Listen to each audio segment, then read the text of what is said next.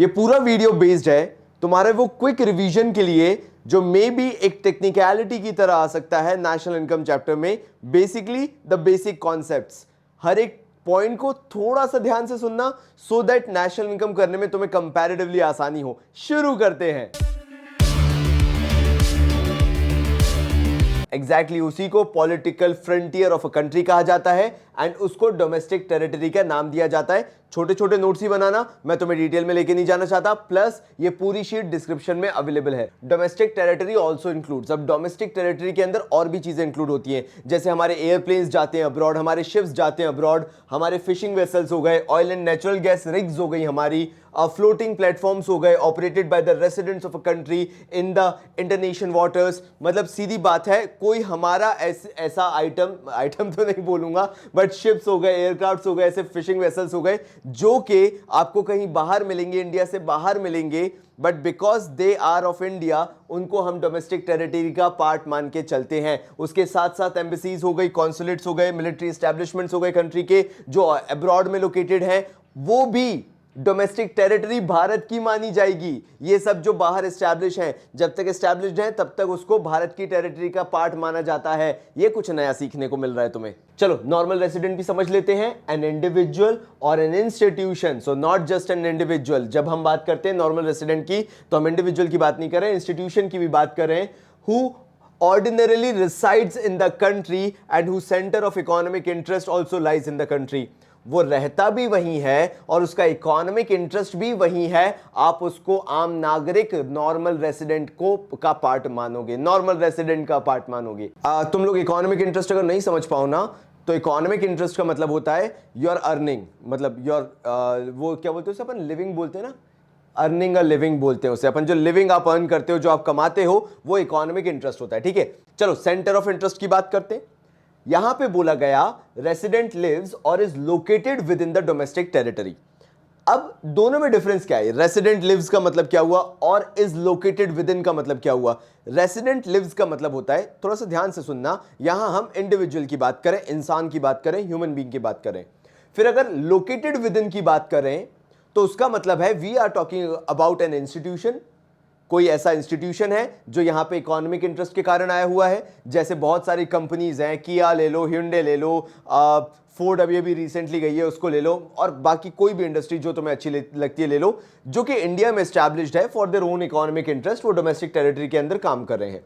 Now आगे बोला गया resident carries out basic economic activities. ये जो रेसिडेंट होते हैं बेसिक इकोनॉमिक एक्टिविटीज करते हैं, अर्न करते हैं, खर्च करते हैं, बाकी उनका जो भी है उस डोमेस्टिक टेरिटरी के अंदर ही चलता है। मतलब उनकी डे टू डे एक्टिविटीज जो है on a normal basis Bharat के अगर अंदर है तो वो डोमेस्टिक टेरिटरी के अंदर माने जाएंगे। उनका इकोनॉमिक इंटरेस्ट भी भारत के अंदर है, वो कमाते भी भारत के अंदर है, खर्च भी भारत के अंदर ही करते हैं। नेक्स्ट आता है सिटीजनशिप। दो तरह से सिटीजनशिप मिल सकती है आपको, या तो आप वहां जन्मे हो जैसे भारत में आप हैं, या फिर वहां पे कोई लीगल प्रोविजन आपको सिटीजनशिप दे रहा हो, जैसे श्रीलंका भी दे रहा है। क्यों, कितने में दे रहा है? $70,000। प्रतीक, श्रीलंका $70,000 में दे रहा है ना मेरे ख्याल से सिटीजनशिप। नहीं, गोल्डन वीजा दे रहा है। गोल्डन वीजा मतलब उसमें सिटीजनशिप नहीं है। ओके गॉट इट, मैं गलत था वहां पे। ओके, सो गोल्डन वीजा में ये होता है कि आप 10 साल के लिए वहां पे आपको रहने वहने के लिए हो जाएगा and you can own a property वगैरह, ऐसा कुछ है वहां पे। अभी मैंने खुद जाके इतना डिटेल में नहीं पढ़ा है, so I don't know, but citizenship पढ़ते हैं। लीगल कॉन्सेप्ट है based on the place of birth of the person. या तो आप जन्मे हो वहां पे, जैसे जय श्री राम, हमारे भगवान राम यहाँ पे भारत में जन्मे थे, और some legal provisions allowing a person to become citizen, या फिर कोई लीगल प्रोविजन होगा जो कि अलाउ कर रहा है किसी को सिटीजन बनने के लिए। सो दोनों तरह से हो सकता है, या तो बर्थ या फिर लीगल प्रोविजन। फिर आ जाते हैं रेसिडेंटशिप पे। अब रेसिडेंटशिप थोड़ा सा इकोनॉमिक कॉन्सेप्ट हो गया, जैसे सिटीजनशिप जो था वो लीगल कॉन्सेप्ट था कि वहां पे बर्थ के थ्रू राइट मिल सकता है, या फिर बाय सम लीगल प्रोविजन तुम्हें राइट मिल सकता है, तो थोड़ा सा लीगैलिटी वाला कॉन्सेप्ट था। अब रेसिडेंटशिप जो होता है ना, वो थोड़ा सा डिफरेंट कॉन्सेप्ट हो जाता है। ये इकोनॉमिक कॉन्सेप्ट है। आप कहीं पे जाके रह रहे हैं, आप 1 साल से ज्यादा वहां पे रिसाइड करते हैं, आप कमाते वहीं पे हैं, आपका इकोनॉमिक इंटरेस्ट वहीं पे है, आप खर्चा वहीं पे करते हैं, आपका एक्यूमुलेशन भी वहीं पे होता है। That means out of that earning आपने वहाँ पे कुछ प्रॉपर्टी ले ली, या जो भी आपकी सेविंग्स कर ली आपने, इन्वेस्टमेंट्स कर दिए आपने, like whatever you are doing over there, सब कुछ वहीं पे हो रहा है। तो फिर आप वहां के कहलाओगे रेसिडेंट। सो इकोनॉमिक कॉन्सेप्ट है based on the basis of economic activities performed by the person. An individual is a normal resident of a country if he ordinarily resides in the country for a period more than 1 year। ये चीज ध्यान रखना बेटा, 1 साल तक कम से कम आपको रहना है। And is centre of economic interest also lies in that country. और आपका इकोनॉमिक इंटरेस्ट जो है, मॉनेटरी इंटरेस्ट जो है, वो भी उसी कंट्री के अंदर लाई करता है, उसी कंट्री के अंदर आप काम करते हो, कमाते हो, खर्चते हो। फैक्टर इनकम को फैक्टर इनकम क्यों कहते हैं? बहुत लॉजिक लगता है हर चीज के पीछे, कोई भी कॉन्सेप्ट है वही नहीं आ जाता। तो फैक्टर का मतलब होता है there are certain factors that trouble me in my life. कुछ कारण है मेरी जिंदगी के जो मुझे बहुत परेशान करते हैं। तो फैक्टर इज बेसिकली द कारण, the reason, the purpose because of which you are able to earn income. तो इसलिए उसको फैक्टर इनकम बोला जाता है। It is basically the income received from factors of production, land, building, plant, machinery, मतलब there can be many reasons. उसके बाद land, labour, capital, entrepreneurship. अब वो तुम्हारे ऊपर है कि तुम किस कॉन्टेक्स्ट में किस चीज को देखना चाहते हो। वैसे हमारे यहाँ जनरली यही पढ़ाया जाता है, लैंड, लेबर, कैपिटल और एंटरप्रेन्योरशिप से बेसिकली पढ़ाया जाता है। तो लैंड से रेंट और रॉयल्टी हो जाता है, लेबर से आप सैलरीज वेजेस कमा लेते हो, कैपिटल से आप इंटरेस्ट कमा लेते हो, एंटरप्रेन्योर हो तो आप प्रॉफिट कमा लेते हो, बिजनेसमैन हो तो यही इसके अंदर बताया जाता है। Factor income is the income that you earn because of a reason, कारण के कारण अर्न करने वाली इनकम। फिर आता है कॉन्सेप्ट ट्रांसफर इनकम का। तो transfer income is nothing that you have earn, basically ये तुम्हें मिलती है income received without rendering any productive services in return. घर पे नानी जी आ गई तो उन्होंने पैसे दे दिए, दादी जी आ गई तो उन्होंने पैसे दे दिए, किसी ने कोई गिफ्ट भिजवा दिया, ये सब ट्रांसफर इनकम के कारण आता है। रेमिटेंसेज मिल गए किसी कारण से, मे बी आप कहीं पे रहते हो, वहां पे सरकार आपको रेमिटेंसेज दे रही है, आपको एम्प्लॉयमेंट नहीं मिला तो उसके अगेंस्ट में आपको रेमिटेंसेज मिल रही हैं। तो इस तरह का पैसा जो कि आपके काम ना करने के कारण भी आपको मिलता है, वो ट्रांसफर इनकम कहता है। दैट मीन्स उसके इन रिटर्न में you have not done any something productive, कुछ भी आउटपुट नहीं दिया है, still you are getting the income, that is known as transfer income. फिर आते हैं फाइनल गुड्स पे। फाइनल गुड्स कहते हैं goods which are used either for consumption और फॉर इन्वेस्टमेंट। या तो आप अपनी डेली नीड्स के लिए ग्रोसरी लेके आते हो, या फिर ग्रोसरीज लेके आते हो, या फिर आप इन्वेस्टमेंट पर्पज से घर वगैरह खरीदते हो, प्रॉपर्टी वगैरह खरीदते हो, तो वो आपके इन्वेस्टमेंट्स हो गए। तो यहां पे फाइनल गुड्स के 2 ही काम हैं, या तो आप कंजम्पशन में यूज कर रहे हो, या तो फिर आप इन्वेस्टमेंट पर्पज के लिए यूज कर रहे हो। फिर इसके अंदर आ जाते हैं goods purchased for consumer by for household purposes, या फिर goods purchased by firms for capital formation और इन्वेस्टमेंट। अब चाहे तुम उसके अंदर फर्म्स ले लो, चाहे तुम उसके अंदर हाउस होल्ड ले लो, लेकिन मैं बहुत बेसिक लेवल पे अगर ये जो चैप्टर्स हैं इनके बेसिस पे बताऊं, बिकॉज इनकम मेथड इसके अंदर यूज होगा, आउटपुट मेथड इसके अंदर यूज होगा। So you have to understand the fact even expenditure method भी, दैट पूरे इकोनॉमिक्स में तुम ये चैप्टर पढ़ लो, चाहे तुम aggregate demand and related concepts पढ़ लो, इवन वहां पे भी जो इन्वेस्टमेंट्स यूज हुए, the I term that has been used is typically based upon the same fact that वो इन्वेस्टमेंट्स फर्म के पर्सपेक्टिव में लिए गए हैं, बिकॉज फर्म्स वो इन्वेस्टमेंट करती हैं, उससे फिर वो आउटपुट और प्रोडक्शन करके प्रॉफिट अर्न करती हैं। सो यहां पे जितने भी इन्वेस्टमेंट्स इस तुम्हारे 12th में एज पर सीबीएसई गाइडलाइंस लिए गए हैं, these investments are meant for to generate output, to generate results in the terms of economic terms, यानी प्रॉफिट्स वगैरह कमाने वाली बात यहां पे चल रही है। तो यहां पे इन्होंने भी यही बताया है, goods purchase by firms for capital formation और इन्वेस्टमेंट्स, मतलब दीज आर कैपिटल गुड्स। ये कैपिटल गुड्स के through further production, further output होगा, उससे प्रॉफिट जनरेट किए जाएंगे फ्यूचर में प्रॉफिट्स कंपनी के थ्रू। नाउ आ जाते हैं इंटरमीडिएट गुड्स। अब इंटरमीडिएट गुड्स वो हो जाते हैं जिनके भी अगेन 2 पर्पस होते हैं। पहला, या तो आप उसको रीसेल करना चाहते हो, मार्केट में खरीदोगे और कहीं और बेचोगे, या फिर आप उससे फर्दर प्रोडक्शन करते हो सेम ईयर के अंदर, जब आपने खरीदा है उससे प्रोडक्शन करके आगे फर्दर गुड्स सेल करते हो। So goods purchase for resale, goods purchase for further production, ये इंटरमीडिएट गुड्स होते हैं। फिर आ जाते हैं कंज्यूमर गुड्स या कंजम्पशन गुड्स। ये वही है जो फाइनल गुड्स थे, बस थोड़ा सा और फैंसी टर्म में बोला गया। मेरे को देखे, मैंने इंक्लूड कर लिए goods which satisfy the wants of a consumer directly. अगर कंज्यूमर की वांट्स डायरेक्टली जो सेटिस्फाई करते हैं goods, basically those are final goods, और उनको आप कंजम्पशन गुड्स या कंज्यूमर गुड्स भी बोलते हो। And then comes capital goods. मैं वैसे तुम्हें इंट्रोडक्शन दे चुका था जब मैं इन्वेस्टमेंट्स के बारे में समझा रहा था। तो final goods which help in production of other goods and services, मैंने तुम्हें एडवांस में ही वो चीज बता दी थी कि ये वो कैपिटल गुड्स हैं जिसको इस साल इकोनॉमिक्स के कॉन्टेक्स्ट में लिया जा रहा है इन टर्म्स ऑफ कि उनसे आउटपुट किया जाएगा, उनसे प्रोडक्शन किया जाएगा और फिर उससे रेवेन्यू जनरेट किया जाएगा, like those investments that can generate revenue at a mass scale. So don't say like कि भैया हम भी तो इन्वेस्टमेंट करके रिटर्न्स कमा सकते हैं. We are not talking about that returns because we are talking about the macro level. और मैक्रो लेवल पे आप नहीं देखे जाओगे, 4 लोग नहीं देखे जाएंगे, मैक्रो लेवल पे आउटपुट देखा जाएगा. You are getting my point. So सारी चीजें आउटपुट के कॉन्टेक्स्ट में है. सो इन्वेस्टमेंट्स भी आउटपुट के कॉन्टेक्स्ट में देखे जाएंगे. Those investments that can enhance the output, that can increase the output, in return that can enhance the level of income in the economy. So वो capital goods वो कहलाते हैं, वो फाइनल गुड्स कैपिटल गुड्स कहलाते हैं. अब क्योंकि तुम aggregate demand and related concepts में भी सेम ही पढ़ने वाले हो, इसलिए मुझे कुछ इंपॉर्टेंट पॉइंट्स इसके बारे में और डिटेल में एक्सप्लेन करना जरूरी है. सो ये फर्दर प्रोडक्टिव पर्पस के लिए यूज होते हैं, दैट मींस इनसे प्रोडक्शन होता है. फिर do not lose their identity in the production process. इनकी आइडेंटिटी जो है obviously these are the machineries जिनसे प्रोडक्शन हो रहा है, तो इनके अच्छे खासे एग्जिस्टेंस इनका होता है. They depreciate over time. Obviously the assets जो होते हैं वो डेप्रिशिएट होते ही होते हैं. They have derived demand. Derived demand का मतलब समझो, they are not demanded in the market but goods produced out of those machineries are being demanded in the market. Example चाहोगे ना तुम लोग, तुम्हारी कार पे पुताई होके आती है, पेंट होके आता है, मतलब you need your car to be painted. Obviously whenever you will go to a showroom तुम्हारी कार पुती होनी चाहिए, पेंटेड होनी चाहिए. सो मशीन की क्या डिराइव डिमांड हो गई, that machine you don't want but you want your car painted, तो वो डिराइव डिमांड है. ठीक है. They are durable use consumer goods for the household. So same items that are being used in industry for output purposes, अगर तुम घर पे use करते हो, एसी ले लो, टीवी ले लो, फ्रिज ले लो, कार ले लो, ये सारी चीजें क्या हो जाती है, ये तुम्हारे लिए ड्यूरेबल गुड्स हो जाती है कंज्यूमर पर्सपेक्टिव से देखा जाए तो. बट मैं तुम्हें इन्वेस्टमेंट तो बता चुका हूं, उसमें तुम्हें शायद कंफ्यूजन अब नहीं होगी कि उनको किस पर्पस से, वो कैपिटल गुड्स क्या होते हैं, मतलब होते यही है, बट पूरी इकोनॉमिक्स में कौन से वाले कैपिटल गुड्स यूज हुए वो तुम्हें पता है, वो ये नहीं है. बट फिर भी मैंने लिख दिया कि तुम ये ना सोचो कि ऐसा हो ही नहीं सकता, ऐसा होता है. Obviously investments are investments, but consumer का पर्सपेक्टिव अलग हो जाता है. एंड मैक्रो इकोनॉमिक्स तुम इकोनॉमी के पर्सपेक्टिव से पढ़ रहे हो, वहां पे इसकी जरूरत नहीं होती है. फिर आ जाते हैं इन्वेस्टमेंट कैपिटल फॉर्मेशन.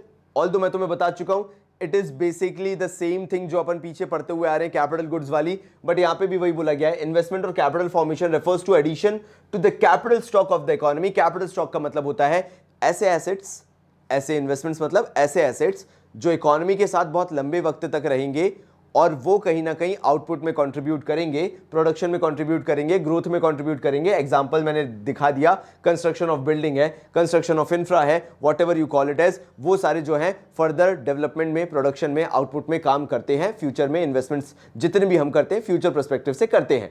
अच्छा, उन इन्वेस्टमेंट्स में ग्रॉस इन्वेस्टमेंट्स फिर कौन से हुए, तो भाई ग्रॉस इन्वेस्टमेंट्स वो होते हैं जिनका स्टॉक ऑफ कैपिटल जो है वो डेप्रिसिएशन माइनस करने से पहले जज किया जा रहा है, एस्टिमेट किया जा रहा है. जिसमें से अभी तक डेप्रिसिएशन माइनस नहीं हुआ वो ग्रॉस है, जिनसे डेप्रिसिएशन माइनस हो गया वो नेट इन्वेस्टमेंट हो गए. तो सुन भी लो, नेट इन्वेस्टमेंट होता क्या है, actual addition made to the capital stock of economy in a given period is termed as net investment. So ये एक्चुअल एडिशन बोला गया. अब एक्चुअल एडिशन क्यों, क्योंकि नीचे आके देखो इसमें से आप डेप्रिसिएशन जैसा एक्सपेंस हटा चुके हो, तो ये एक्चुअल एडिशन है, ये रियलिटी है, ये एक्चुअल वैल्यू है, इसलिए इसको नेट इन्वेस्टमेंट बोला गया.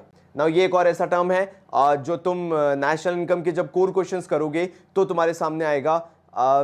स्पेशली मेरे ख्याल से इनकम मेथड के अंदर ये पार्ट है, डेप्रिसिएशन वगैरह जो है, तो मतलब वो नॉट एग्जैक्टली नेशनल इनकम में इनकम मेथड, बट बेसिकली जब तुम ग्रॉस से नेट आंसर निकालते हो तो तुम्हें वो आना चाहिए.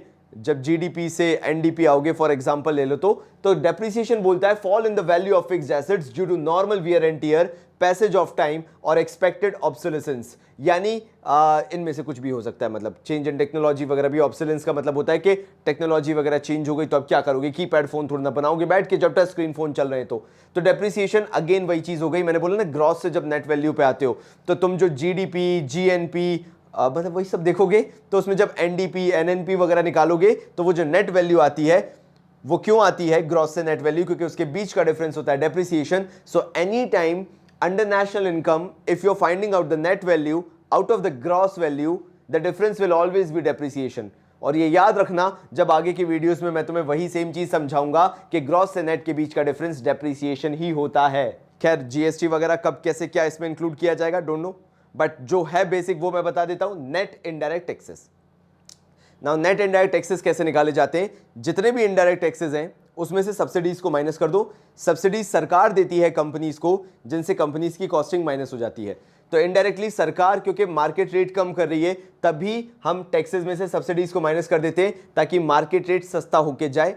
बिकॉज टैक्स में से एक छोटा सा अमाउंट माइनस हो गया है तो ऑब्वियसली जो फाइनल वैल्यू होगी वो भी माइनस में जाएगी, माइनस इन द सेंस छोटी होके जाएगी, बिकॉज टैक्सेस कम लग रहे हैं। And that is an initiative by the government so that सारे कंज्यूमर्स जो है वो अफोर्ड कर सके कुछ सिलेक्टिव प्रोडक्ट्स को। तो वो नेट इनडायरेक्ट टैक्स निकालने का तरीका है indirect tax minus subsidies.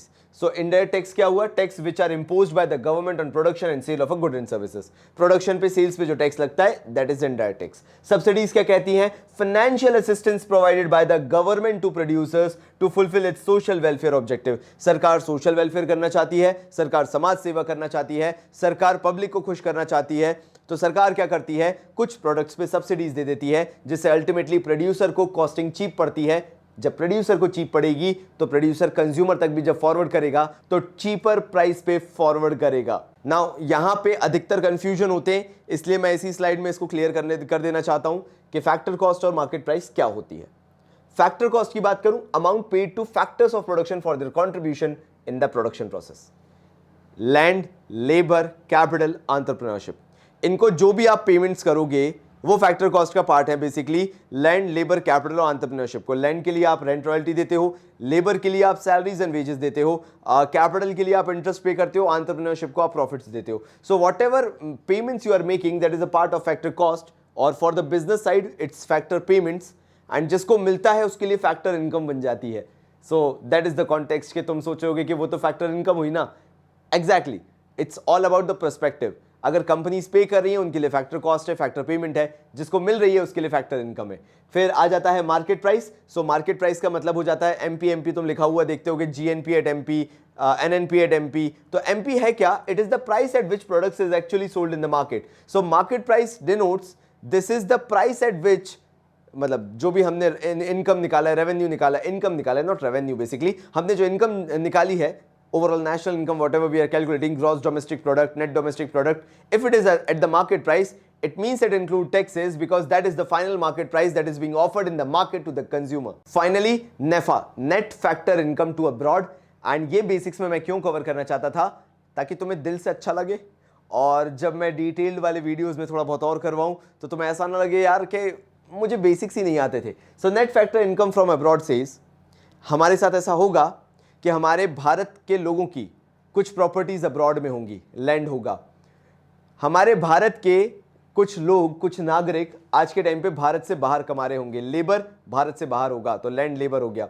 Then capital की बात हो गई तो हमारे भारत से कुछ पैसा उठ के बाहर के फॉरेन के कंपनीज में लगा हुआ है इन्वेस्टमेंट की तरह, तो कैपिटल हो गया।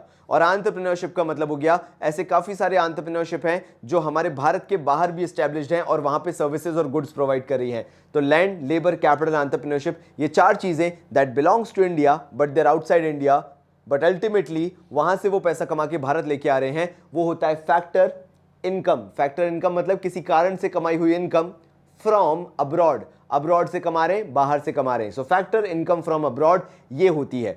लेकिन ऐसा नहीं है कि सिर्फ भारत वाले लोग बाहर जाके कमा रहे हैं, ऐसा भी है कि बाहर के लोग आके इंडिया में भी कमा रहे हैं, वो है फैक्टर इनकम टू अब्रॉड। ये लोग फैक्टर इनकम अब्रॉड लेकर जा रहे हैं, टू अब्रॉड। तो अपन करते क्या है, अगर अपन को net factor income from abroad निकालना है, NFIA निकालना है, तो अपन क्या करेंगे, जो हमने पैसा बाहर से कमाया है through land, through labour, through capital और थ्रू एंटरप्रेन्योरशिप, ये जो भी पैसा हमने बाहर से कमाया है माइनस हमारे भारत से जो पैसा कमा के बाहर लेके जा रहे हैं उनसे माइनस कर देंगे, हमारा आंसर आ जाएगा नेट हमने बाहर से कितना कमाया। एंड कंपोनेंट्स में आ जाता है वही कॉम्पनसेशन वगैरह आ जाता है, रिटेन्ड अर्निंग्स वगैरह प्रॉपर्टी से, एंटरप्रेन्योरशिप से, मैंने वो वैसे भी तुम्हें बता दिया, सो कोई दिक्कत नहीं है। सो ये पूरा वीडियो बेसिक्स का था, so that to make sure कि तुम्हारा एक भी कोई कॉन्सेप्ट नहीं छूटा है नेशनल इनकम के अंदर। एंड नाउ बिकॉज ये सब कर लिया है, आगे अपन और डिटेल में जाएंगे, तो तब तक के लिए बहुत सारा प्यार और धन्यवाद।